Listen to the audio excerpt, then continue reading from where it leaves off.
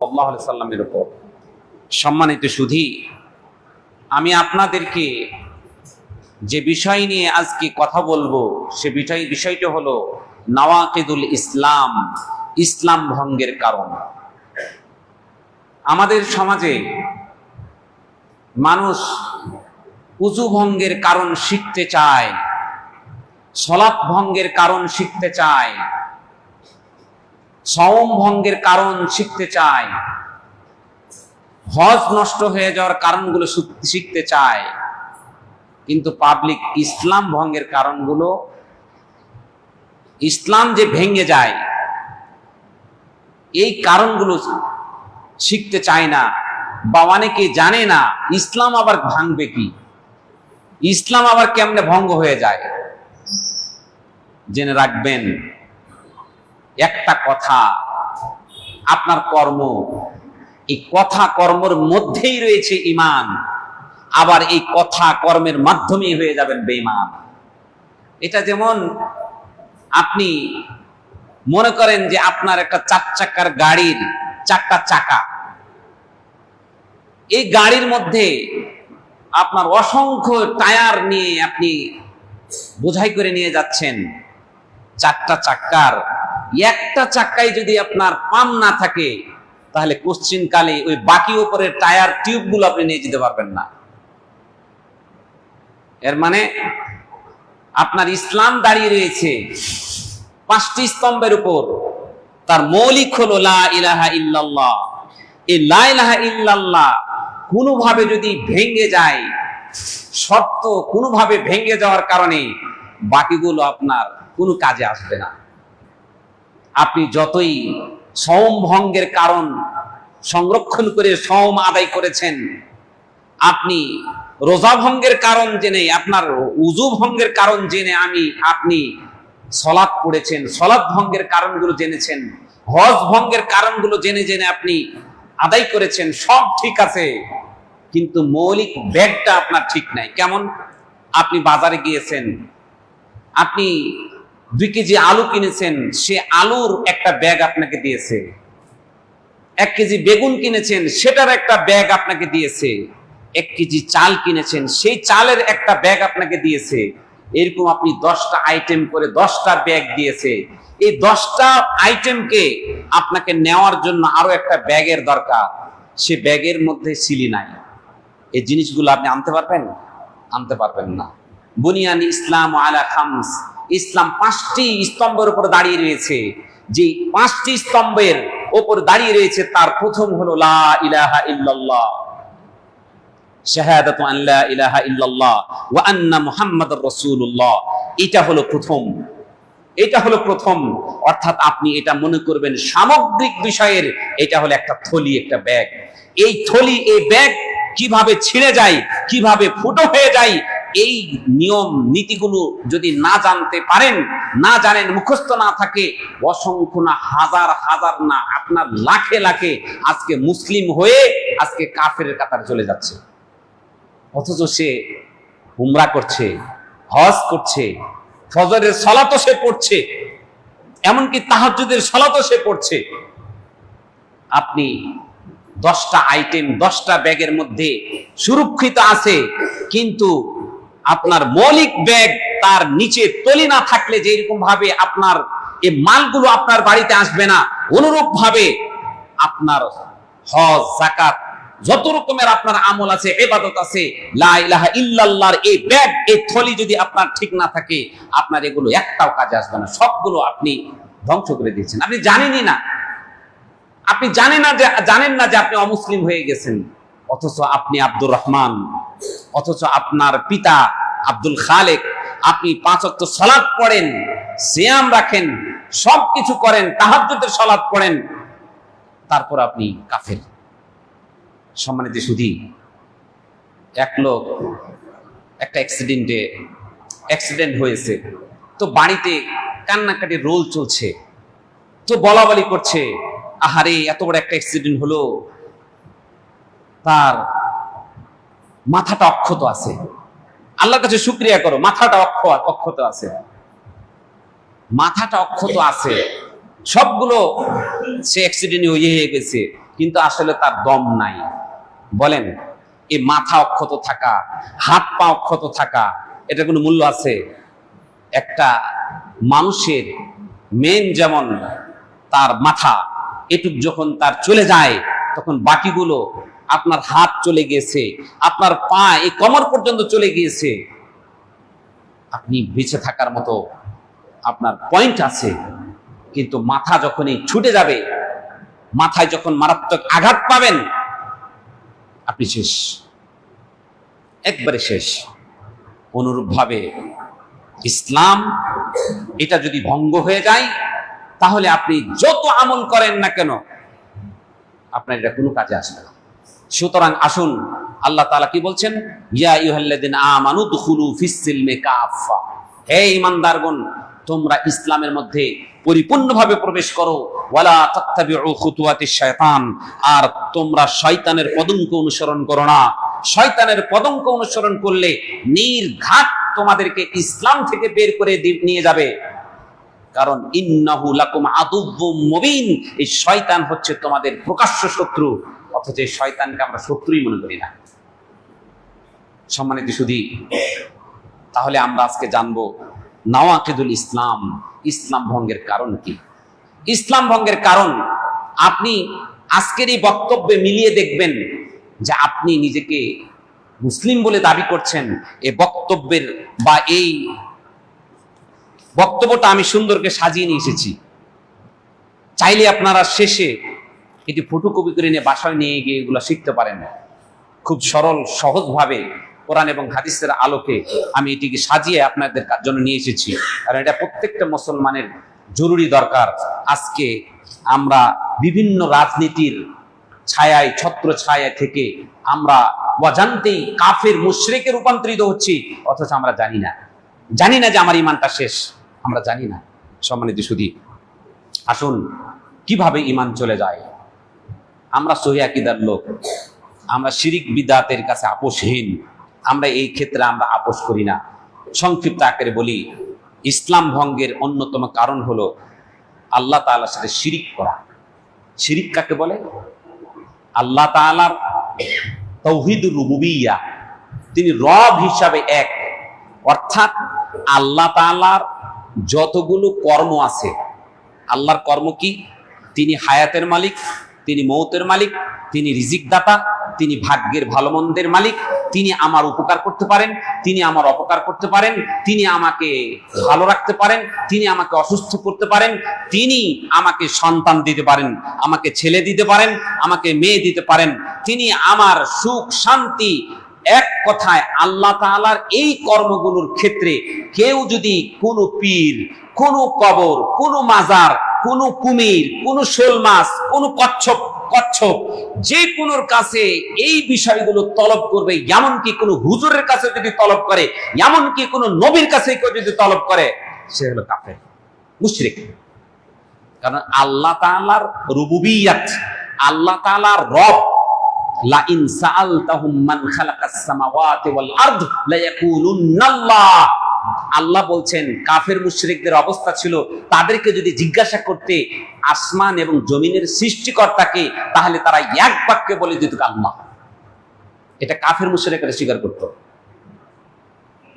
যে আল্লাহ রিজিকের মালিক, হায়াতের মালিক, মৌতের মালিক। তাহলে আল্লাহর কর্মে আল্লাহকে এক জানা, এটা হলো তাওহীদুর রুবুবিয়্যা। এটা মুখস্থ করে নিতে হবে। এই তাওহীদুর রুবুবিয়্যা হুয়া ইফরাদুল্লাহি বিআফআলিহি, আল্লাহ তাআলার কর্মে আল্লাহকে এক জানার নাম হলো তাওহীদ। এর বিপরীত করাই হলো শিরক। দ্বিতীয় নাম্বার হলো তাওহীদুল উলুহিয়্যা। তাওহীদুল উলুহিয়্যা কি? হুয়া ইফরাদুল্লাহি বিআফআলিল ইবাদ, অর্থাৎ বান্দার কর্মে আল্লাহকে এক জানা। বান্দার কর্ম কি? বান্দার কর্ম আল্লাহর কাছে চাওয়া, সালাত পড়া, সিয়াম করা, সিয়াম আদায় করা, হজ করা, যাকাত দেওয়া, দান সদকা করা।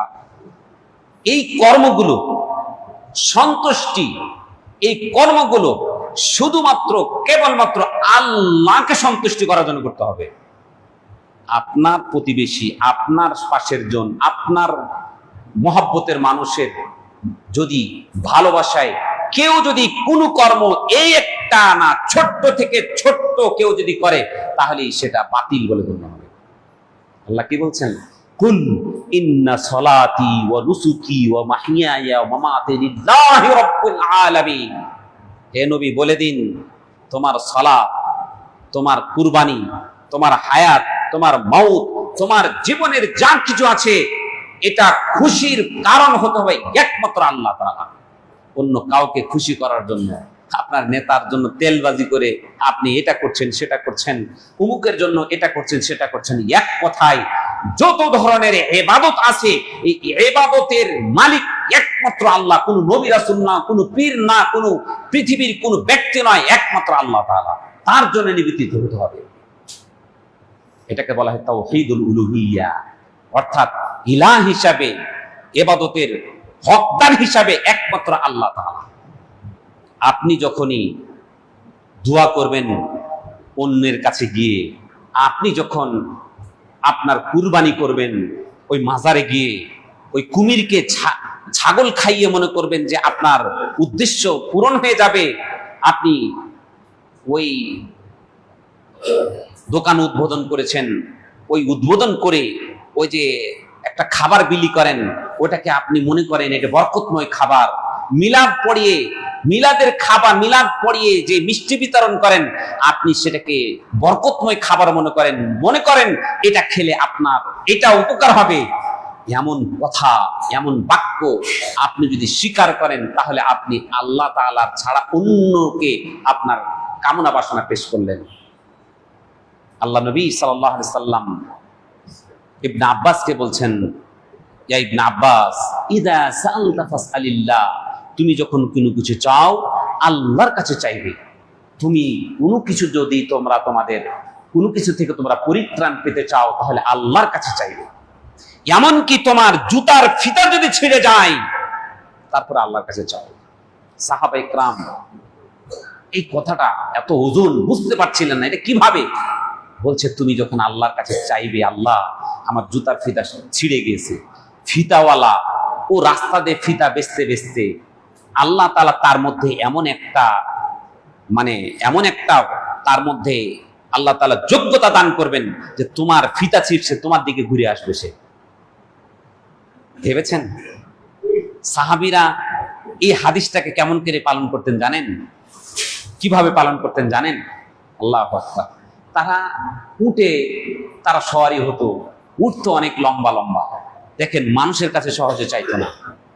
আমরা চাকরির জন্য, আমরা টাকা পয়সা ধার দেনার জন্য, আমরা হুট করে আমরা আল্লাহর কাছে না চেয়ে আমরা আগে মানুষের কাছে চাই। আপনি অভাবে পড়েছেন, আপনার জরুরি 500 টাকা দরকার, 1000 টাকার দরকার, আপনি আগে টার্গেট করবেন অমুক ব্যক্তির কাছে আমি যাব। এর আগে আপনি আল্লাহর কাছে আবেদনটা করে নিন, আল্লাহ আমি এই অভাবে পড়েছি, আল্লাহ তুমি আমার এই অভাবটা পূরণ করে দাও, আল্লাহ এই সমস্যাটা আমার সমাধান করে দাও। আপনি এই দোয়াটা করার পরে ওই লোকটার কাছে যখন যাবেন, ওই লোকটার কাছে না থাকলে আরেকজনের কাছে ধার করে আপনাকে দিবে। কারণ আল্লাহ তাআলা দোয়া আল্লাহ আপনার কবুল করে নিলে ওর মনের মধ্যে আল্লাহ তাআলা এমন একটা ফিলিংস দিবে আপনাকে উপকার করার জন্য, সে মরিয়া হয়ে থাকে। এই জন্য সহজে সাহাবায়ে কেরাম অন্য মানুষের কাছে হাত পাততেন না। একটা ঘটনা, আল্লাহ নবী সাল্লাল্লাহু আলাইহি ওয়াসাল্লামের এই হাদিস শোনার পরে সাহাবীরা এই উটে যখন থাকতেন, উট থেকে তারা উটকে পরিচালনা করার জন্য হাতে ছোটখাটো একটা লাঠি রাখতেন। এই লাঠি বা তাদের কোনো প্রয়োজনীয় জিনিস যদি মাটি থেকে পড়ে যেত তাহলে বলতো না, ও সলিমুদ্দিন কলিমুদ্দিন এদিকে আসো, আমার একটু লাঠিটা উঠিয়ে দাও। এটা তারা বলতো না, তারা ওই উট থেকে নেমে লাঠিটা উঠিয়ে নিত। কারণ আমাকে যে চাইতে হবে, ভাই তুমি আমাকে দাও, এই দাও কথাটা এটা বলতে হবে। তাই সাহাবায়ে কেরাম সহজে তারা এইভাবে চাইতেন না।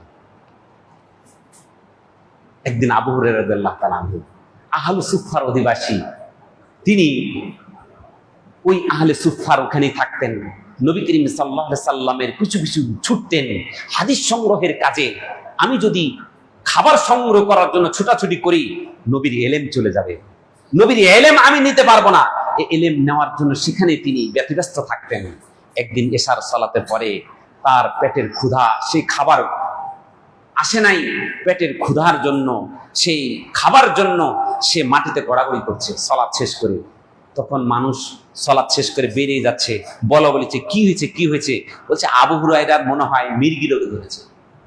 তখন তিনি বলছেন না, আমার ক্ষুধার তাড়নায়, আমার ক্ষুধার তাড়নায় এতটাই আমি তীব্র যন্ত্রণা ভোগ করছি যে আমি, আমার খাবার প্রয়োজন, কিন্তু আমি মানুষের কাছে চাইবো, এটা কিভাবে হতে পারে?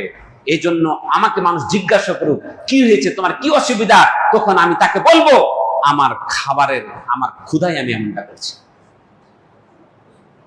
ভেবেছেন আপনি? আর আপনি একটু বিপদে পড়লে দৌড় দিয়ে মাজারে চলে যান, দৌড় দিয়ে অমুকের কাছে চলে যান। আরে পাগলা মসজিদ হইছে, এই পাগলা মসজিদে দিলেই নাকি সব। ইন্না লিল্লাহি ওয়া ইন্না ইলাইহি রাজিউন। পাগলের যত লীলা খেলা বাংলাদেশে পাবেন।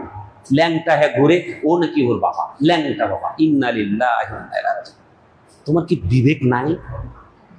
আরে হাইওয়ান, একটা হাইওয়ানও পবিত্রতা অপবিত্রতা দেখেন নোংরা জায়গায় সে বসে না গিয়া।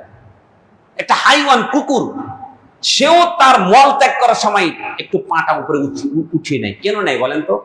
ওটা নোংরা তার গায়ে লেগে যাবে এই জন্য। একজন পাগল, যে পাগল থেকে পরিত্রাণ পাওয়ার জন্য আল্লাহ তাআলা দোয়া শিক্ষা দিয়েছেন, রাসূল দোয়া শিক্ষা দিয়েছেন কি, আল্লাহুম্মা ইন্নী আউযু বিকা মিনাল বারাসি ওয়াল জুনুব। হে আল্লাহ, আমি কুষ্ঠরোগ এবং আমার এই পাগলামি থেকে, আমার জুনুন থেকে আমি তোমার কাছে আশ্রয় প্রার্থনা করছি। আর তুমি এরে পাগলকে তুমি পীর বাবা বানাই দিছো, মনে করছো যে একে ছালা যদি পরে তাহলে তো আপনি মনে করেন বাবারে বাবা, কত বড় বলি ছালা পরে ঘুরে। ইন্না লিল্লাহি ওয়া ইন্না ইলাইহি রাজিউন। ধর্মীয় জ্ঞানের মানুষের এত দুর্দশা, এটা একটা দুর্ভিক্ষ চলছে আমাদের সমাজে। গাজাতে গিয়ে দেখবেন মানুষের দুর্ভিক্ষে ভুগছে, খাদ্য পানির দুর্ভিক্ষে ভুগছে, আর আমাদের পাড়া প্রতিবেশী এরা কোরআন এবং হাদিসের ইলমের দুর্ভিক্ষে ভুগছে। এত বড় দুর্ভিক্ষ, আল্লাহু আকবার। তাহলে চাইতে হবে কার কাছে? আল্লাহর কাছে। আল্লাহর কাছে না চেয়ে আপনি যদি, তবে আপনার যেগুলো চাওয়া, যেগুলো ভয় করা স্বাভাবিক। আপনি বাঘকে ভয় করবেন, এটা স্বাভাবিক। আপনি এক ভাই আর এক ভাই যেটা দিতে পারে, আপনি চাইলে 500 টাকা চাইতে পারেন বা কিছু চাইতে পারেন, তবে এটা চাওয়ার আগে আপনি আল্লাহর কাছে নিবেদন করবেন। একটা চাকরি দরকার, আপনি তাহাজ্জুদের সালাত পড়ে আপনি আল্লাহর জন্য হয়ে যান, আল্লাহ আপনার জন্য এই পৃথিবীটাকে একেবারে আপনার সামনে এগিয়ে দিবেন। কিন্তু আপনি যখন পৃথিবীকে আঁকড়িয়ে ধরবেন, তখন প্রত্যেকটা বিষয় আপনার সামনে, আল্লাহ নবী বলেছেন প্রত্যেকটা বিষয় তোমার মাশাকিল আর মাশাকিল, তোমার একটা সমস্যা দূর করতে না করতে, একটা সমস্যা দূর হতে না হতে আরেকটা সমস্যা আপনাকে ঘিরে বসবে। আর আপনি যখন আল্লাহ এবং তার রাসূলকে এক আঁকড়িয়ে ধরবেন, তখন হাজারো সমস্যা আল্লাহ তাআলা সেটা দূর করে দেবেন। সম্মানিত শুধু আমি আপনাকে বলছি তাওহীদুল উলুহিয়া, এটা আপনাকে আল্লাহর জন্য আপনার সমস্ত কাজ কর্ম আল্লাহর জন্য নিবেদিত করতে হবে। এটা যদি আপনি অন্যের জন্য করেন তাহলে এটা শিরক হয়ে যাবে, আপনি ইসলাম থেকে বেরিয়ে পড়বেন। আরেকটি হলো তাওহীদুল আসমা ওয়াস সিফাত। তাওহীদুল আসমা ওয়াস সিফাত কাকে বলা হয়? হুয়া ইফরাদুল্লাহি বিআসমাইল্লাহিল হুসনা ওয়া সিফাতিহিল উলিয়া। আল্লাহ তাআলার কিছু নির্দিষ্ট, আল্লাহ তাআলার অসংখ্য অসংখ্য সুন্দর সুন্দর নাম রয়েছে, আল্লাহ তাআলার অসংখ্য গুণবাচক নাম রয়েছে, যে গুণবাচক নামগুলোকে তাওহীদের সাথে মেনে নেওয়া, অর্থাৎ কেমন, কিভাবে মানতে হবে? কামা আসবাতাল্লাহু ফি কিতাবিহি, যেমনি ভাবে আল্লাহ তাআলা তার কিতাব কোরআনের মধ্যে এই নামগুলোকে যেভাবে বলেছেন, বর্ণনা দিয়েছেন, সেভাবে নামগুলোকে মেনে নেওয়া, সেইভাবে নামগুলোকে বিশ্বাস করা। যেমনি ভাবে রাসূলুল্লাহ সাল্লাল্লাহু আলাইহি ওয়াসাল্লাম তার সুন্নাতে বর্ণনা করেছেন, সেইভাবে বিগাইরি তাহরিফিন, কোন রকমের বিকৃতি ছাড়া, বিগাইরি তাকয়িফিন, কোন রকমের ধরন বর্ণনা ছাড়া, ওয়ালা তাশবিহিন ওয়ালা তাহরিফিন, কোন রকমের ধরন, কোন রকমের সাদৃশ্য ছাড়া আপনাকে মেনে নিতে হবে। এটা হলো তাওহীদুল আসমা ওয়াস সিফাত। আল্লাহ কি বলছেন? ওয়ালিল্লাহি আসমাউল হুসনা, আল্লাহর অনেক গুণবাচক নাম আছে, সেগুলো ধরে তোমরা ডাকো, সেগুলো ধরে ধরে তোমরা ডাকো। বলো ইয়া রহমান, হে রহমান তুমি আমার প্রতি দয়া করো, ইয়া গফফার আমার প্রতি তুমি আমাকে তুমি ক্ষমা করো, ইয়া সাত্তার, হে আবৃতকারী, তুমি আমার দোষ ত্রুটিগুলিকে গোপন করো। এভাবে প্রত্যেকটা নাম গুণবাচক নাম, যে গুণবাচকের একটা অর্থ রয়েছে, আপনি 99টা নামের অর্থ আপনি জেনে সেই অনুপাতে আপনি আল্লাহকে আহ্বান করবেন, ডাকবেন। এই ওসিলা করে আপনি যদি ডাকেন, আল্লাহ তাআলা আপনার দোয়া কবুল করবেন। ওসিলা 3 ধরনের। যে ওসিলা এই জাতি জানে না, ওসিলা মানতে হয়। আল্লাহ তাআলা বলছেন ওয়াবতাকু ইলাইহিল ওয়াসিলা, আল্লাহ তাআলার কাছে তুমি ওসিলা, ওসিলা মানে হলো তাকাররুব, নৈকট্য হাসিল করা। মুজাহিদ বলছেন, কাতাদা বলছেন, বিশিষ্ট তাবি মুজাহিদ বলছেন, কি বলছেন? ওসিলা মানে হলো, ওসিলা হলো আত-তাকাররুব, আল্লাহ তাআলার নৈকট্য হাসিল করা। কি দিয়ে করবা? বিতাআতিহি, আল্লাহ এবং তার রাসূলের আনুগত্যের মাধ্যমে, ওয়া বিআমালিহি, এবং এমন কর্ম দ্বারা, বিমা ইউরদিহি, যেই কর্মে আল্লাহ তাআলা খুশি হয়ে যান। এটা হলো ওসিলা। তো আল্লাহ তাআলার নাম ধরে ওসিলা করতে হয়, যে হে আল্লাহ, তোমার এই নামের ওসিলায় তুমি আমাকে মাফ করে দাও, ক্ষমা করে দাও, তাহলে আপনার দোয়াটা কবুল হবে। আর কি করবেন? আপনার আমলের ওসিলা করতে পারেন। আমল, রাত্রের বেলায় তাহাজ্জুদ পড়েছেন, আপনি রাত্রের বেলায় কোরআন তেলাওয়াত করেছেন, সকালবেলা আপনি বিপদগ্রস্ত হয়েছেন, আপনি আল্লাহর কাছে একাকী একেবারে মানে নির্জনে আল্লাহকে বলেন, আল্লাহ আজকে রাত্রে আমি কোরআন তেলাওয়াত করেছি, আল্লাহ তোমাকে খুশি করার জন্য, আল্লাহ তুমি আমার এটাকে ওসিলা করে বলছি, আল্লাহ তুমি এখান থেকে আমাকে পরিত্রাণ দান করো। আপনি মা বাবার খেদমত করেছেন, মা বাবার খেদমত করার পরে মা বাবা মারা গিয়েছে, আপনার সন্তানাদি আপনার সাথে দুর্ব্যবহার করে, খারাপ আচরণ করে, আপনি আল্লাহর কাছে হাত তুলে বলেন না, আল্লাহ আমি আমার মা বাবার প্রতি সদাচরণ করেছি, আল্লাহ আল্লাহ তো তুমি দেখেছো, রব্বির হামহুমা কামা রাব্বায়ানি সাগীরা, হে আল্লাহ তুমি আমার মা বাবার প্রতি এখনো দয়া করো যেমনি দয়া তারা আমাকে ছোটবেলায় করেছিল। আল্লাহ আমি আমার মা বাবার প্রতি দয়া করেছিলাম, মেহেরবানি করেছিলাম, আমার মা বাবার খেদমত করেছিলাম, আমার সন্তানকেও এমনটা আল্লাহ তুমি করে দাও। আল্লাহ কবুল করবে। এটা হলো আমল, সৎ আমল দিয়ে আল্লাহর কাছে ওসিলা চাওয়া। সম্মানিত সুধী, আর কি? আল ওসিলাতু বিরাজুলিন সালেহ, সৎ ব্যক্তির ওসিলা চাওয়া। সৎ ব্যক্তি কি? আপনি সৎ ব্যক্তির ওসিলা, অর্থাৎ আপনি যদি এরকম করেন, একটা ব্যক্তিকে আপনি বললেন, আপনার জানা মতে এ লোকটা পরহেজগার, এ লোকটা সৎ, এই লোকটা দোয়া করলে আল্লাহ কবুল করবে, আপনার বিশ্বাস আস্থা বলে, তাহলে আপনি ওই ব্যক্তির কাছে দোয়া চাইতে পারেন, বলতে পারেন যে ভাই আমার জন্য একটু দোয়া করিন, আল্লাহ যেন আমাকে এইখান থেকে মুক্ত করে, এখান থেকে মুক্তি করে, এভাবে আপনি চাইতে পারেন। সম্মানিত সুধী, কিন্তু কোন মৃত ব্যক্তি, এমনকি নবী রাসূলের নামে ওসিলা করাও হারাম। হারাম। একদিনের ঘটনা, ওমর ইবনে আল খাত্তাব রাদিয়াল্লাহু তাআলা আনহুর কাছে লোকজন এসে ভিড় জমালো যে ওমর ইবনে আল খাত্তাব, মানুষ তো অনাবৃষ্টিতে তাদের ফসল টসল সব নষ্ট হয়ে যাচ্ছে, আপনি একটু দোয়া করেন, পানি বৃষ্টির জন্য দোয়া করেন, যেন বৃষ্টি হয়। তখন দোয়া শুরু করলেন। দোয়া করার সময় তিনি বললেন, আল্লাহ নবী যখন ছিল তখন আমরা নাতাওয়াসসালু বিহি বিনাবিয়িকা কুননা নাতাওয়াসসালু বিনাবিয়িকা, হে আল্লাহ আমার যখন নবী ছিল তখন আমরা নবীকে ধরে আমরা ওসিলা করতাম, এবং এই ওসিলাই তুমি আমাদেরকে বৃষ্টি দান করতে, তুমি এই ওসিলা আমাদেরকে বৃষ্টি দান করতে। এখন আমাদের মাঝে তো নবী নেই,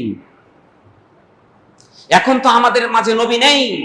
আজকে আমরা আল্লাহুম্মা ইন্নাহু, এভাবে তিনি দোয়া করতে বলছেন, তিনি বলছেন যে আমরা নবীকে ওসিলা করে আমরা দোয়া করতাম, তখন তুমি আমাদেরকে বৃষ্টি দিতে। এখন তো নবী আমাদের মাঝে নাই, এখন রয়েছে নবীর চাচা রয়েছে। আমরা এই নবীর চাচাকে ওসিলা করে বলছি, আল্লাহ তুমি আমাদেরকে বৃষ্টি দাও। কারণ নবীর বংশের একটা মর্যাদা রয়েছে, তার আহলে বাইত এদের একটা মর্যাদা রয়েছে, এদেরকে ওসিলা করে, অর্থাৎ তিনি উপস্থিত ছিলেন। যদি কোনো মৃত ব্যক্তি, যদি কোনো অ্যাবসেন্ট ব্যক্তিকে ওসিলা করে দুয়ার কোন রকমের জায়েজ থাকতো, উমর ইবনে আল খাত্তাব রাদিয়াল্লাহু তাআলা আনহু তিনি এই জায়গায় ওসিলা করতেন নবীকে দিয়ে।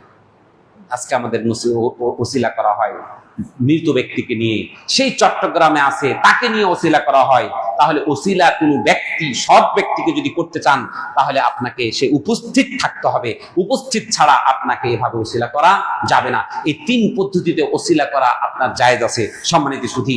তাহলে আমরা বুঝতে পারলাম যে শিরিক এটা এমন একটা অপরাধ, যে অপরাধের কারণে আপনার আমলগুলো বিনষ্ট হয়ে যাবে, আমলগুলো বিনষ্ট হয়ে যাবে এবং আপনি কাফের হয়ে যাবেন, আপনার সমস্ত আমল বাতিল হয়ে যাবে। আল্লাহ তাআলা কি বলছেন? ওমাই ইউশরিক বিল্লাহ, ওমাই ইউশরিক বিল্লাহ, আল্লাহ তাআলা বলছেন যে ব্যক্তি আল্লাহ তাআলার সাথে শিরিক করবে, ওমাই ইউশরিক বিল্লাহি ফাকাদ হারামাল্লাহু আলাইহিল জান্নাহ ওয়া মাওয়াহুন নার ওয়া মা লিয-যালিমিনা মিন আনসার। যে ব্যক্তি আল্লাহর সাথে শিরিক করবে তার জন্য জান্নাত হারাম হয়ে যাবে এবং জাহান্নাম তার জন্য অবধারিত হয়ে যাবে।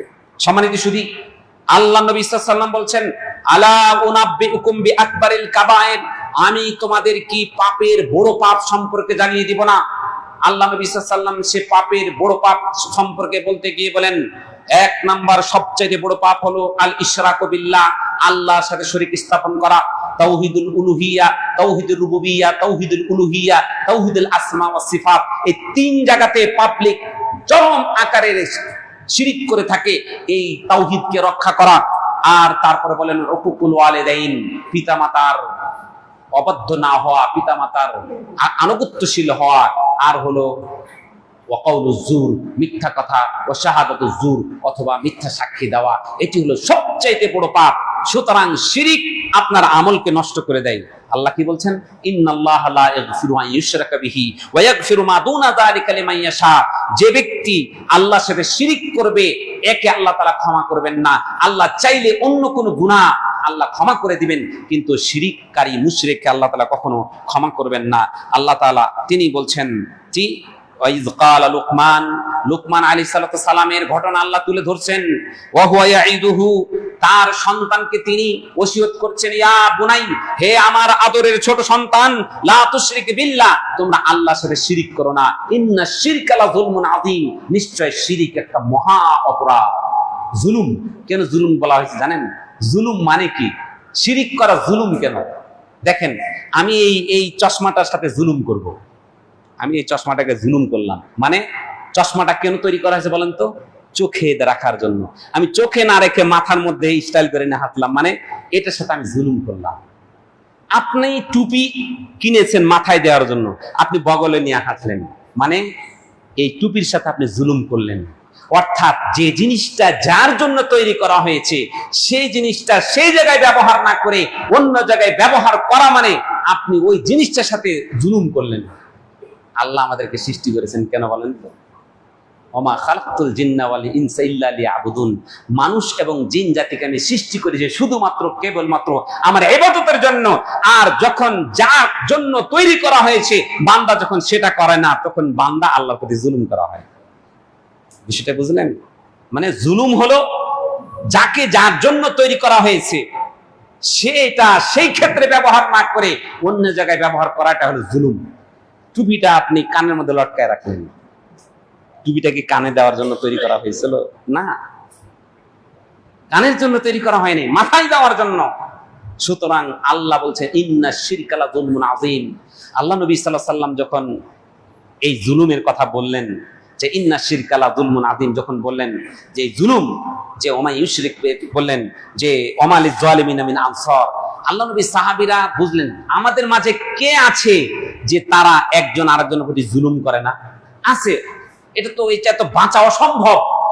আল্লাহ নবী সাল্লাল্লাহু আলাইহি ওয়াসাল্লাম বলছেন জুলুম মানে ওই জুলুম না, তোমরা যেটা বুঝছো ওই জুলুম না। আসলে জুলুম মানে যেরকম ভাবে লোকমান তার সন্তানকে বলেছিল, লা তুশরিক বিল্লাহ, তুমি আল্লাহর সাথে শিরিক করো না, ইন্না শিরকা লা যুলমুন আযীম, শিরিকটাই হচ্ছে বড় জুলুম। বিষয়টা বুঝেছেন? সুতরাং আপনি যদি শিরিক করেন তাহলে আপনার সমস্ত আমল নষ্ট হয়ে যাবে। আল্লাহ কি বলছেন? ওয়ালাকাদ উহিয়া ইলাইকা ওয়া ইলাল্লাযিনা মিন ক্বাবলিক, হে মুহাম্মদ, তোমাকে এবং তোমার পূর্ববর্তী লোকদের প্রতি আমি এই প্রত্যাদেশ করেছি এই মর্মে যে তুমি মুহাম্মদ তোমার পূর্বের সমস্ত গুনাহ মাফ, পরের সমস্ত গুনাহ মাফ, মাসুম হওয়া সত্ত্বেও তুমি যদি আমার সাথে শিরিক করো, লা ইয়াহবাতান্না আমালুক, তোমার আমল একেবারে ধ্বংস হয়ে যাবে, শেষ। আপনি সারা দিন 5 ওয়াক্ত সালাত পড়েছেন, তাহাজ্জুদ পড়েছেন, দান সৎকার করেছেন, সব করেছেন, কিচ্ছু করতে হবে না। শুধুমাত্র আপনি সকালবেলায় হিন্দুদের নামে একটা স্ট্যাটাস দিলেন যে আমি হিন্দু ধর্মের ভাইদেরকে আমি শুভেচ্ছা জানাচ্ছি, তাদের এই শারদীয় দুর্গা পূজার শুভেচ্ছা জানাচ্ছি, শেষ। পৃথিবীর এমন কোনো বিদ্বান বলতে পারবে না এই কাজের মাধ্যমে তার ঈমান থাকবে। যদি বলতে পারে কারো বাপের যদি বুকের পাটা থাকে এই কর্মের মাধ্যমে তার ঈমান থাকবে, কেউ যদি প্রমাণ করতে পারে, এই জাতির সামনে আমি আর কথা বলবো না, কিচ্ছু করতে হবে না। কি করবেন? শুধুমাত্র শুভেচ্ছা জানাবেন। কিসের? শারদীয় দুর্গা পূজা। বলেন, আপনি বলেন কি এই জাতি কতটুকু ধর্মান্ধ হয়েছে? আমি একটা এই ব্যাপারে একটা লেখা আমার আইডি থেকে পোস্ট করেছিলাম, কি যে অমুসলিমদের ধর্মীয় উৎসব উপাসনালয়ে বিষয়ে নীতিমালা কি। ধর্মীয় উৎসবে আপনি গিয়ে উদ্বোধন করলেন বা তাদেরকে অভ্যর্থনা জানালেন, এটার নীতিমালা কি, এই ব্যাপারে আমি একটা লেখা লিখেছি। এটা আপনারা নিয়ে ফটোকপি করে জানতে পারেন যে আমাদের দেশের মানুষ, আপনি জামাত ইসলাম বলেন, আপনি আওয়ামী লীগ বলেন, আপনি বিএনপি বলেন, রাজনীতির করতে গিয়ে তারা কেমন ঈমান বিধ্বংসী কথাবার্তা বলে থাকে অজান্তে, এলেম না থাকার কারণে, বিদ্যা না থাকার কারণে। আপনি বলতে পারেন ভাই আপনি তো বিএনপি নিয়ে কথা বলেন না, আওয়ামী লীগ নিয়ে কথা বলেন, তা জামাত নিয়ে কথা বলবো কেন? ভাই এরা তো নিজেরাই দাবি করে যে আমি শরীয়তে আইনে বিশ্বাস করি না, বলে না? যে ব্যক্তি মুখ দিয়ে একবার, অন্তর থেকে না, মুখ দিয়ে শুধুমাত্র বলবে আমি ইসলামী শরীয়তের আইনকে বিশ্বাস করি না, পৃথিবীর কোনো ব্যক্তি ফতোয়া দিতে পারবে না যে সে মুসলমান।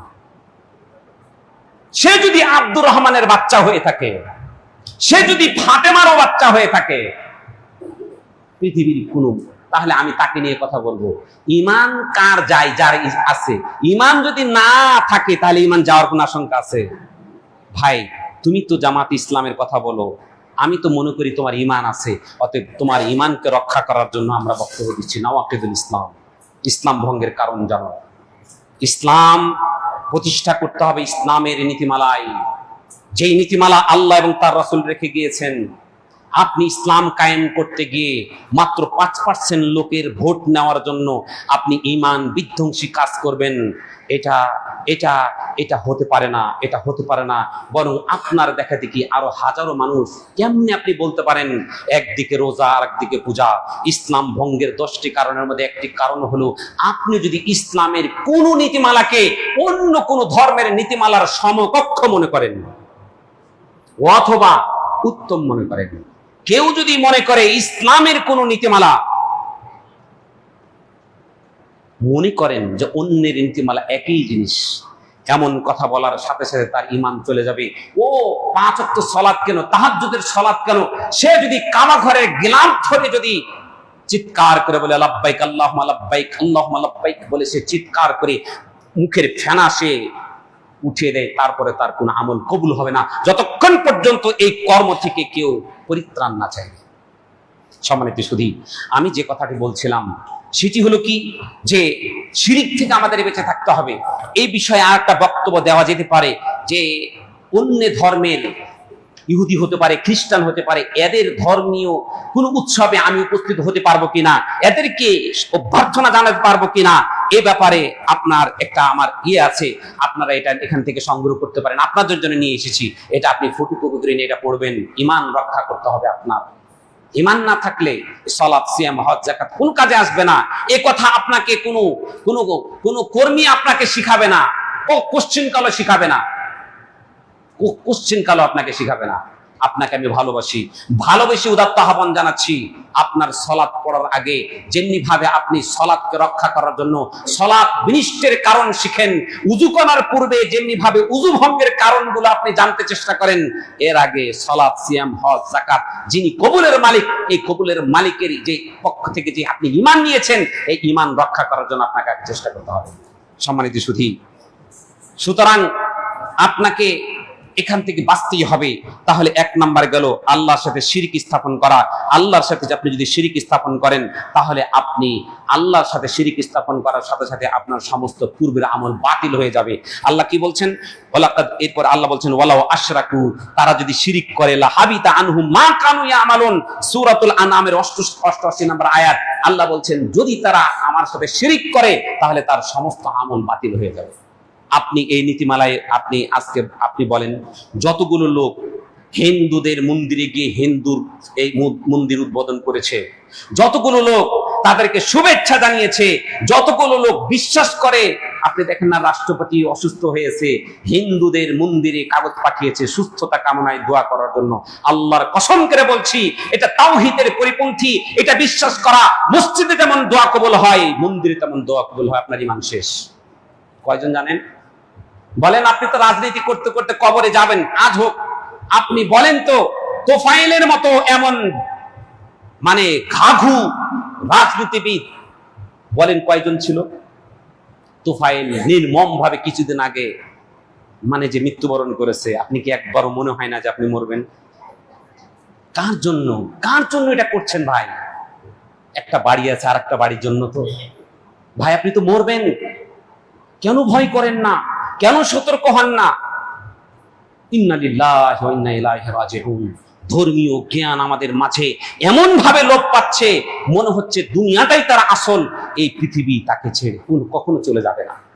জেনে রাখুন, এই পৃথিবী আপনি যত আঁকড়ে ধরবেন তত নির্মম ভাবে আপনার এর প্রস্থান হবে। আপনি যেমন পানিকে যত বড় খামচি মারবেন, পানি যত জোরে খামচি মারবেন, এই পানি আপনার আঙ্গুলের ফাঁক দিয়ে তত তীব্র আকারে পানিগুলো বেরিয়ে যাবে। এই পৃথিবী আপনি যত আঁকড়ে ধরবেন, এই পৃথিবী আপনাকে তত নির্মম ভাবে লাঠি উষ্টা মেরে আপনাকে পৃথিবী থেকে লাঞ্ছনার সহিত আপনাকে পৃথিবী থেকে বের করে দেবে। ইতিহাস দেখেন, ইতিহাস যারা এই পৃথিবীকে সবচাইতে আপন মনে করে এই পৃথিবীকে মূল মন্ত্র হিসাবে গ্রহণ করেছে, তাদের এই পৃথিবী থেকে চলে যাওয়াটা সবচাইতে একেবারে মর্মান্তিক হয়েছে। এটাই সঠিক। বিশ্বাস হয় না? আজকে আপনি ওয়াশরুমে যাবেন, এক বালতি পানি নেবেন, পানি নিয়ে এই পানির সাথে রাগ করে খামচি মেরে আপনার যতটুকু শক্তি আছে ততটুকু শক্তি দিয়ে আপনি এক মুঠ পানি ধরেন তো পারবেন ধরতে? আপনি যত তীব্র আকারে পানির উপরে থাবা মারবেন, তত তীব্রতার সাথে আপনার আঙ্গুলের ফাঁক দিয়ে পানিগুলি বেরিয়ে যাবে। আপনি পৃথিবীকে যতই আপনি আঁকড়িয়ে ধরেন না কেন, এই পৃথিবী আপনাকে লাথি মেরে, আপনি তো সেই গন্তব্যহীন ট্রেনের পিছনে ছুটছেন, সামনে ট্রেন 120 কিলোমিটার গতিবেগে চলছে, আর পিছনে আপনি ছুটছেন। এই ট্রেন আপনাকে কখনো জায়গা দিবে না, কখনো জায়গা দিবে না। সম্মানিত সুধী, সুতরাং শিরিক নামক মহাপাপ অপরাধ থেকে আপনাকে বাঁচতেই হবে। দুই নাম্বার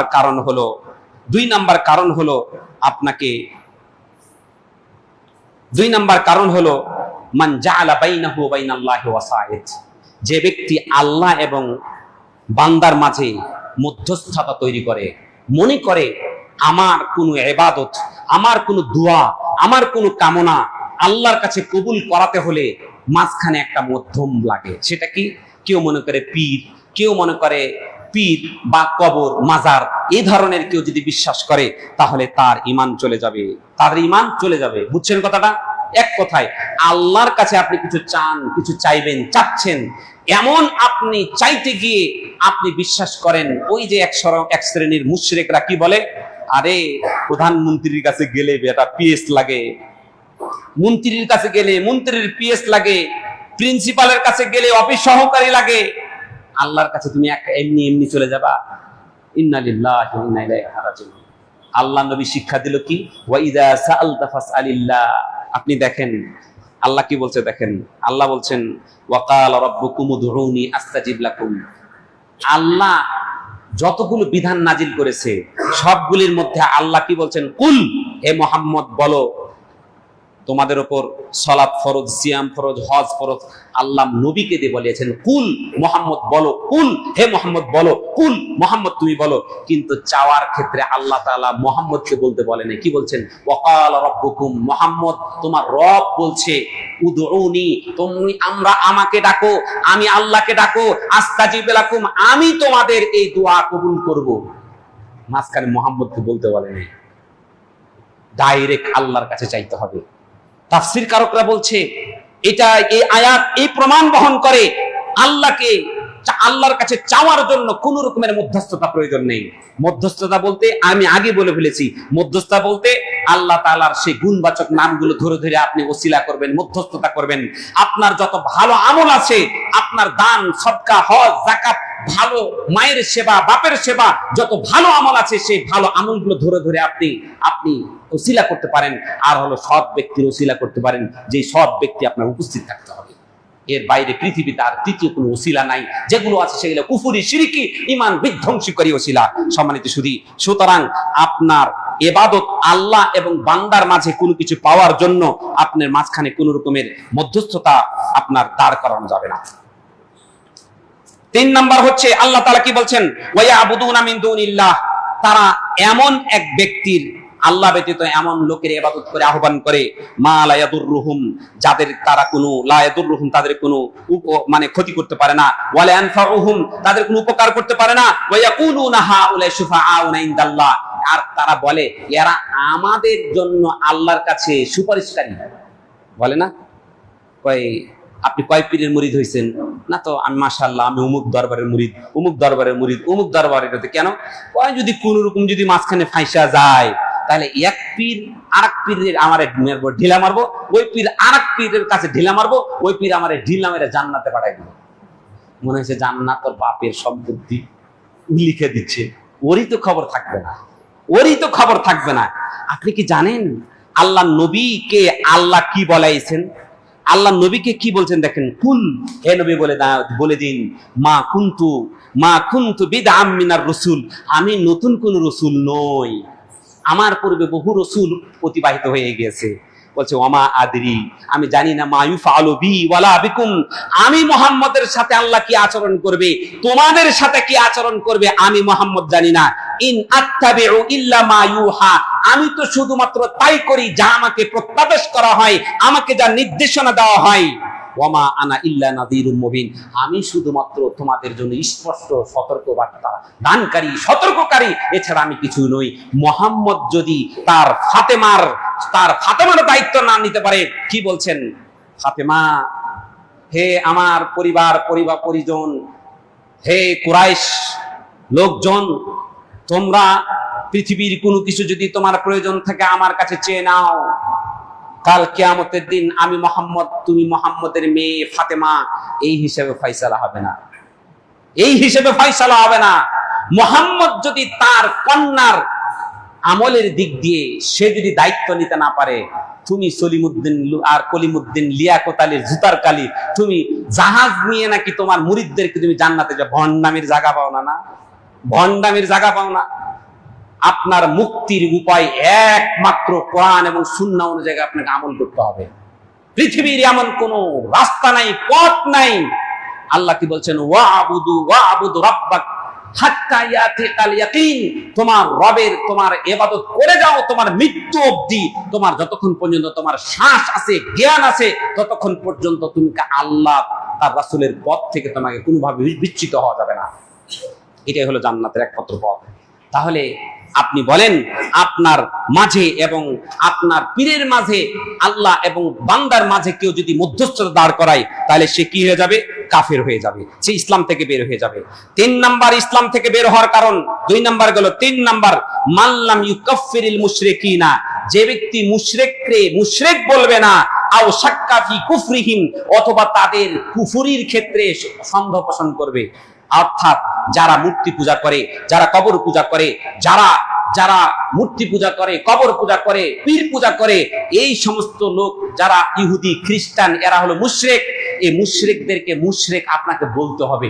আপনি যদি মুশরিকরে মুশরিক না বলেন, অথবা যদি সন্দেহ করেন যে তারাও মনে হয় আমাদের মতোই ঠিক, ওদের কৃষ্ণ আমাদের ঈসা, তাদের হলো ওই মানে এরকম আরো যে নাম দিয়ে বলে যে মুসা, নাউজুবিল্লাহ, আস্তাগফিরুল্লাহ, এদেরকে আল্লাহ পাঠাইছে, আমাদের নবীকেও পাঠাইছে। ইন্না লিল্লাহি ওয়া ইন্না ইলাইহি রাজিউন। কত ভয়ঙ্কর ভয়ঙ্কর ঈমান, ভয়ঙ্কর ঈমান। আর ঈমানই তো নাই। যে কথা বলবে মুহাম্মদের সাথে আরেকজনকে, কৃষ্ণকে তুলনা করে, তার ঈমান কিভাবে থাকে? সম্মানিত সুধী, মুশরিককে মুশরিক বলে আপনাকে স্বীকৃতি দিতে হবে এবং বিশ্বাস এবং সন্দেহ করা যাবে না এক্ষেত্রে যে তাদেরটা বাতিল, এটা কোনোভাবে সন্দেহ করা যাবে না। কি হবে? আল্লাহ তাআলা বলছেন, ওমাই ইয়াবতাগি গায়রাল ইসলামি দীনান ফালা ইউকবালা মিনহু, যে ব্যক্তি ইসলামের বাইরে অন্য কোনো আদর্শ, অন্য কোনো দ্বীনের মধ্যে কল্যাণ আছে, যে ব্যক্তি মনে করবে, সে কাফের, সে কাফের। সুতরাং আপনি মুসলিম হিসাবে আপনি হিন্দুদের মন্দিরে গিয়ে আপনার রোগ থেকে মুক্তি পাওয়ার জন্য দোয়া চাইতে পারেন না, কোনো কল্যাণ চাইতে পারেন না, কোনো কল্যাণ কামনা করতে পারেন না।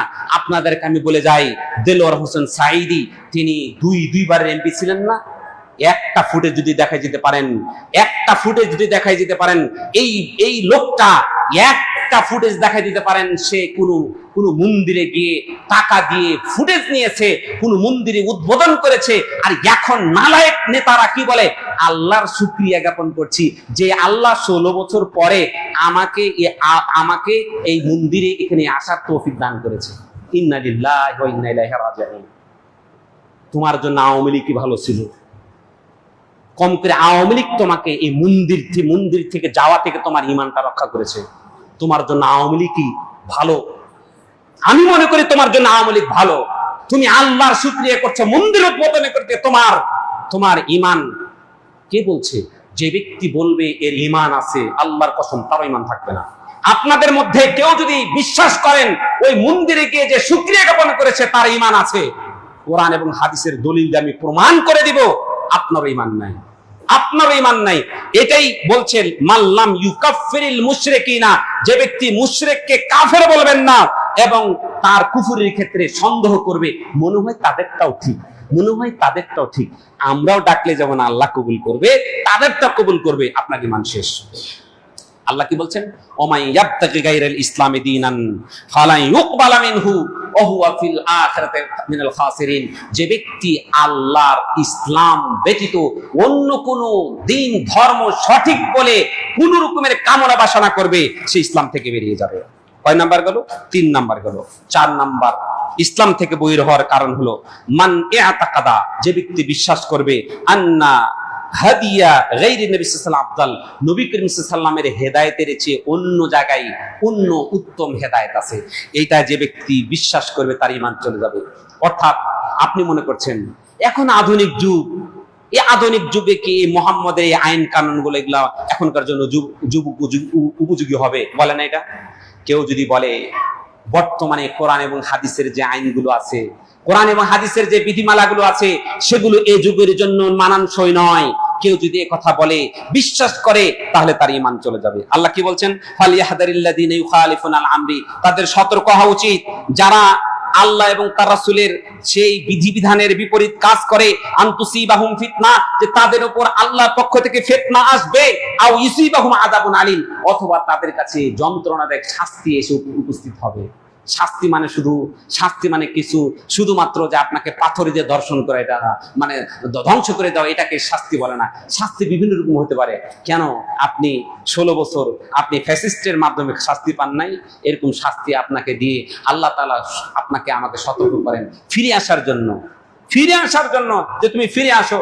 ফিরে তো আসি নাই, এত কষ্টর পরে মনে করছি তাদেরকে ভালোবাসা দেখাতে গিয়ে আমরা মনে করি যে আমাদের মনে হয় ভোটের একমাত্র ব্যাংক মনে হয় হিন্দু ছাড়া আর ভোট নাই, এমন ভাবে এটার পিছনে লাগছে। ইন্না লিল্লাহি ওয়া ইন্না ইলাইহি রাজিউন।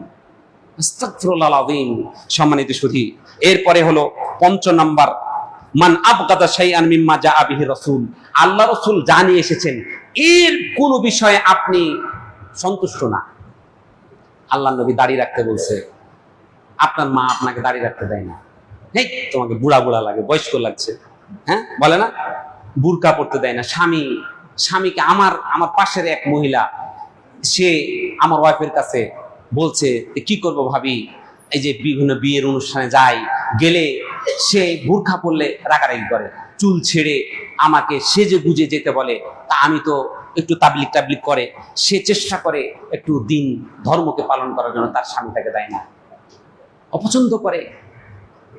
মেয়েকে পর্দা করতে দেয় না, তুমি যদি পর্দার মধ্যে থাকো তাহলে তোমার বিয়ে হবে কেমনে? মানুষ তোমাকে না দেখলে কিভাবে মানুষ পছন্দ করে তোমার বিয়ে হবে? ইন্না লিল্লাহি ওয়া ইন্না ইলাইহি রাজিউন। কোথায় মুসলমান? তার নাম হলো আব্দুল মালিক। বলেন তো আব্দুল মালিক কি? মালিকের বান্দা। বউকে পর্দা করতে দেয় না, বউ পর্দা করতে চায় কিন্তু দেয় না। ও তো আব্দুল মালিক, ও তো নিজেকে মুসলিম দাবি করে। আল্লাহ নবী আল্লাহ বিধান হলো মান আবগাদা শাইআন মিম্মা জাআ বিহি রাসূল, রাসূল সাল্লাল্লাহু আলাইহি ওয়াসাল্লাম জানিয়ে এসেছে তার কোনো একটা বিষয় যদি আপনি অসন্তুষ্ট থাকেন, আপনি যদি এটা মেনে নেন। দাড়ি রাখছেন, কিরে ভাই এখানে থুতনায় অল্প কয়টা দাড়ি, ও হ্যাঁ ভাই আল্লাহ আমাকে ছাগল্লা দাড়ি দিছে, আমি রেখে দিছি। ইন্না লিল্লাহি ওয়া ইন্না ইলাইহি রাজিউন। আপনি যে ছাগলের সাথে তুলনা করছেন, আপনার ঈমান থাকবে? আপনি বলেন কি বোরখাকে আপনি বস্তার সাথে করছেন, তুলনা করছেন? আপনি বলেন কি ইসলামের ছোট থেকে ছোট বিষয় যেটা আপনি পালন করেন না, সেটা নিয়ে আপনি যদি আপনি অসন্তুষ্ট থাকেন, আপনার ঈমান থাকবে না। আল্লাহ কি বলছেন?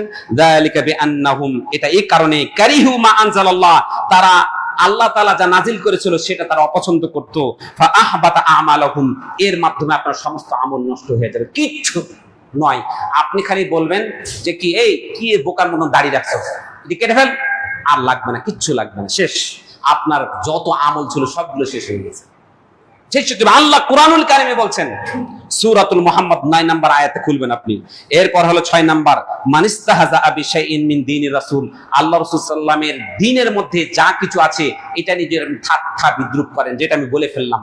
দাড়ি নিয়ে ঠাট্টা করলেন, হজ নিয়ে ঠাট্টা করলেন, নামাজ নিয়ে ঠাট্টা করলেন, ইসলামের কোনো বিধিবিধান নিয়ে ঠাট্টা করলেন। এই ঠাট্টা ব্যঙ্গ, এই জন্য আমরা বলি না ওই যে আমরা বুকে হাত বাঁধি, এরা ঠাট্টা করে, রফেলে দেন করি আমরা, ওরা ঠাট্টা করে, পায়ের সাথে পা কাঁধের সাথে মিলিয়ে আমরা দাঁড়াই, তারা ঠাট্টা করে। আমরা এই জন্য বলি তোর ঈমান থাকলো বেটা, কারণ তুমি রাসূলের বিধান নিয়ে তুমি ঠাট্টা বিদ্রূপ করছো। যে কোনো বিষয় নিয়ে কেউ যদি ঠাট্টা বিদ্রূপ করে তাহলে তার ঈমান চলে যাবে। এটা গেল 6 নাম্বার। আল্লাহ কি বলছেন? কুল, হে নবী বলেন, আবিল্লাহি ওয়া আয়াতিহি ওয়া রাসূলিহি কুনতুম তাস্তাহজিউন, তোমরা কি আল্লাহ, তার রাসূল, তার নিদর্শন সমূহ, তার আয়াত সমূহকে তোমরা ঠাট্টা বিদ্রূপ করছো? লা তা'তাদিরু, তোমরা কোনো অভিযোগ, তোমরা কোনো রকমের করিও না, ওজর আপত্তি করিও না। কাদ কাফারতুম বা'দা ঈমানিকুম, ঈমান আনার পরে তুমি কাফের হয়ে গেছো।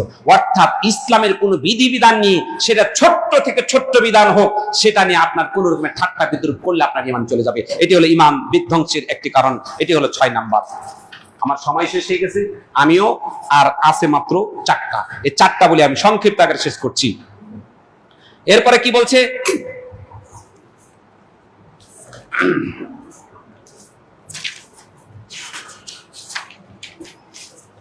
7 নাম্বার, আসেহের, জাদুটোনা করা। সেহের, জাদুটোনা করা। জাদু, আপনার আজকে সমাজটা, বিশেষ করে মা বোনদের, এরা এত বিভ্রান্ত হয়েছে, একটু কিছু হলে কয় টাকা হারাইছে দৌড় দিয়ে হুজুর কাছে চলে যায়, কোন হুজুরে পানি পড়া দেয়, চাইল পড়া দেয়, কি দিয়ে এটিকে বের করার চেষ্টা করে, জাদুটোনায় বিশ্বাস করে, জাদু করে। এরা ইসলাম থেকে খারিজ হয়ে যাবে। যে ব্যক্তি জাদু শিক্ষা করবে, আল্লাহ নবী সাল্লাল্লাহু আলাইহি ওয়াসাল্লাম বলেন, আল্লাহ তাআলা বলছেন, লা ইউফলিহু সাহিরু হাইসু আতা, যেই জাদুকর হোক না কেন সে কখনো সফল হবে না। যেই জাদুকর হোক, যেভাবে সে জাদু করুক, সে কখনো সফল হবে না। এটা আল্লাহ তাআলা তিনি সূরাতুত তাহার 69 নম্বর আয়াতে আল্লাহ তাআলা বলেছেন, যে জাদুকর যাই করুক না কেন, যাই হোক না কেন, সে কখনো সফল হতে পারবে না। সুতরাং জাদু থেকে আপনি বেঁচে থাকবেন, জাদু শিখবেন না, জাদু কাউকে শিখাবেন না, জাদুর কোন বিষয়ে আপনি যাবেন না, আপনার হাত পরীক্ষা করবেন না, ওই জাদুকর গণকদের কাছে আপনি যাবেন না। আপনি যদি সে জাদুকরের কাছে গিয়ে, গণকের কাছে গিয়ে আপনার হাত দেখান, আপনি যদি হাত দেখান এবং সে যা বলে সেটা বিশ্বাস করেন, আপনার 40 দিন সালাত কবুল হবে না, 40 দিন আপনার ইবাদত কবুল হবে না। সুতরাং আপনি এই পাখি দিয়ে বা গণক, এদের কাছে আপনি যাবেন না। এরপরে 8 নাম্বার হলো মুআলাতুল মুশরিকিনা ওয়া মুহাবাতুহুম, মুশরিকদের সাথে আপনার আতাত করা, মুশরিকদের সাথে আপনার সম্পর্ক গভীর করা, তাদেরকে সাহায্য সহযোগিতা করা, আপনার ঈমান চলে যাবে। ক্লিয়ার কথা। কোন মুশরিকের কাছে এই আয়াত স্বীকার করে, এই আয়াত বলে ওয়ামান ইয়াতাওয়াল্লাহুম মিনকুম ফাইন্নাহু মিনহুম, যে ব্যক্তি এদের সাথে ফিরে যাবে, এদের সাথে দলভুক্ত হবে, তারা হচ্ছে তারই দলভুক্ত। আপনি যদি কোনো মন্দিরে টাকা দেন, হ্যাঁ আপনার বাংলাদেশ গণতান্ত্রিক দেশ, আপনি রাষ্ট্র ক্ষমতায় গিয়েছেন, আপনি এমন ব্যবস্থা করেন হিন্দুদের জন্য প্রতিনিধি করে দেন, আপনি ওখানে সরকারিও সবার যেহেতু তারও ট্যাক্সের টাকা আছে, আপনাকে যে দিতে হয়, আপনার ইমান রক্ষা তো করতে হবে, এটার মধ্যে একটা তো পদ্ধতি আছে। সে পদ্ধতি কি দেলোয়ার হোসেন সাইদি সেভাবে করেছিল? তার টাকার প্রয়োজন আছে, সরকারি একটা ফান্ড আছে, মন্দিরে দিতে হবে, সে ওদের মধ্যে প্রতিনিধিকে দিয়ে পাঠিয়ে দিছে, সে গিয়ে ওখানে গিয়ে মন্দির উদ্বোধন করছে। আপনারা বুঝেন না কেন? ইসলামটা বুঝেন ভাই, ইসলাম বুঝলে তো সহজ হয়ে যায়। আপনি রাজনীতি করেন, সমস্যা কি? আমরা বিশ্বাস করি বাংলাদেশে যত রাজনীতিবিদ আছে তাদের মধ্যে আপনাদের চরিত্র সবচেয়ে ভালো, এটা বিশ্বাস করি। সমস্যা খালি একটাই সমস্যা, দিন ধর্মকে সঠিক জায়গায় আপনারা প্রয়োগ করেন না, একটাই সমস্যা। আপনারা এটা সঠিক করেন, আপনারা রাজনীতি করেন, সমস্যা নাই, কিন্তু ইমান বিধ্বংসী করা কাজগুলো এখন বলেন, তাহলে আওয়ামী লীগের কথা বলেন না কেন? আমরা বলতে যাবো কেন? ওরা তো ডাইরেক্ট স্বীকারই করে নিয়েছে কি, যে আমরা শরীয়তের বিশ্বাস করি না। কে বলে? বিএনপি স্বীকার করে যে আমি শরীয়ত বিশ্বাস করি বলে, ওরা আপনার ফখরুল ইসলাম বলে দিছে না, এরকম আওয়ামী লীগ বলে দিছে না, তারা তো ওপেন বলে দিয়েছে। কিন্তু আপনি তো ইসলামের কথা বলছেন ভাই, এজন্য আপনাকে বলছি আপনি ইমানটা ঠিক রাখার জন্য, কারণ আপনি আমার দিনী ভাই, আপনাকে ভালোবেসে আপনাকে কথা বলছে, এগুলো এড়িয়ে চলতে হবে। সম্মানিত শুধু মুশরিকদেরকে কোন রকমের সহযোগিতা করা, টাকা দেওয়া, পয়সা দেওয়া, তাদের সেখানে যাওয়া, আপনার এর মাধ্যমে ঈমান চলে যাবে। আরেকটা কি, যে ব্যক্তি 9 নাম্বার, মান ইআতাকাদা আন্না বা'দান নাসি, কেউ যদি বিশ্বাস করে যে কিছু মানুষ আছে ইসলামের শরীয়ত থেকে বেরিয়ে গিয়েছে, অর্থাৎ তার এখন ইবাদতের দরকার নাই, সে কাফের। ওই যে দেখবেন মাজারে, ওই যে দেখবেন মানে কি বলবো, গাঞ্জা মানে খাই না, সিদ্ধি বলে, এরা কি বলে জানেন? এদেরকে জিজ্ঞাসা করবেন, কয় আমরা ফানাফিল্লা হয়ে গেছি। কি ফানাফিল্লা? এখন আমরা আল্লাহকে ডাকতে ডাকতে ডাকতে ডাকতে এমন পর্যায়ে চলে আসছি, এখন আমাদের আর ইবাদত লাগে না। কেউ যদি বিশ্বাস করে মৃত্যুর আগে ইসলামের বিধিবিধান থেকে সে বেরিয়ে গিয়েছে, তার প্রয়োজন নাই, তাহলে সে কাফের হয়ে যাবে। বিষয়টা বুঝেছেন?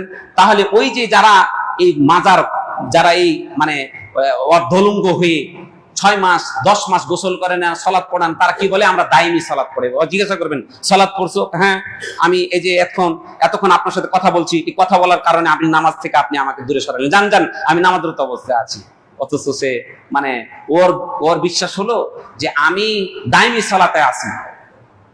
যে ব্যক্তি বিশ্বাস করবে ইসলামের বিধিবিধান থেকে সে বেরিয়ে গিয়েছে, তার ইসলামের বিধিবিধান তার উপরে বর্তাবে না, সে ব্যক্তি কাফের হয়ে যাবে। সর্বশেষ 10 নম্বর হলো মান আ'রাদা আনিদ দ্বীন, যে ব্যক্তি দিন থেকে বিমুখ হয়ে গেছে, সে নিজে দিন পালন করে না, তার বউকে পালন করতে বলে না, তার সন্তানাদিকে দিনের ব্যাপারে মানে কোনো শিক্ষা দেয় না। এক কথা, আব্দুর রহমান, আব্দুল সত্তার, ফাতেমার শুধু নাম মুসলমানের, আর ইসলামের কোনো শিক্ষা নেই, চেষ্টা করে না, সন্তানের দিকে দেও না। এরকম শত শত পরিবার আছে, এরা ইসলাম থেকে খারিজ। আপনাকে কম করে হলো ইসলামের বিধিবিধানগুলো পালন করার জন্য যতটুকু দরকার আপনাকে নিজে শিখতে হবে, আপনার সন্তানকে শিখাতে হবে, আপনার বউকে শিখাতে হবে। এটা যদি না করে আপনি যদি বিমুখ হয়ে যান, এড়িয়ে যান, তাহলে আপনি ইসলাম থেকে বেরিয়ে পড়বেন। আল্লাহ কি বলছেন? ওমান আযলামু মিম্মান দুক্কিরা বিআয়াতি রাব্বিহি, ওই ব্যক্তির চাইতে জালেম আর কে হবে যে ব্যক্তি আল্লাহ তাআলার আয়াতগুলো স্মরণ করা সত্ত্বেও সুম্মা আ'রাদা আনহা, এখান থেকে সে ফিরে আসলো। আজকে বার্তা জেনে যান, আপনারা যারা স্বামী স্ত্রী মিলে শুধুমাত্র শুক্রবারের নামাজ পড়তে আসেন, তারপরে তো আপনারা আসেন না। এখানে কিছু এমন মুসল্লি থাকতে পারে, আমি আল্লাহর কাছে দোয়া করি এমনটা যেন না হোক, ফজরের নামাজ পড়ে নেই, আইসি শুধু শুক্রবারে হাজিরা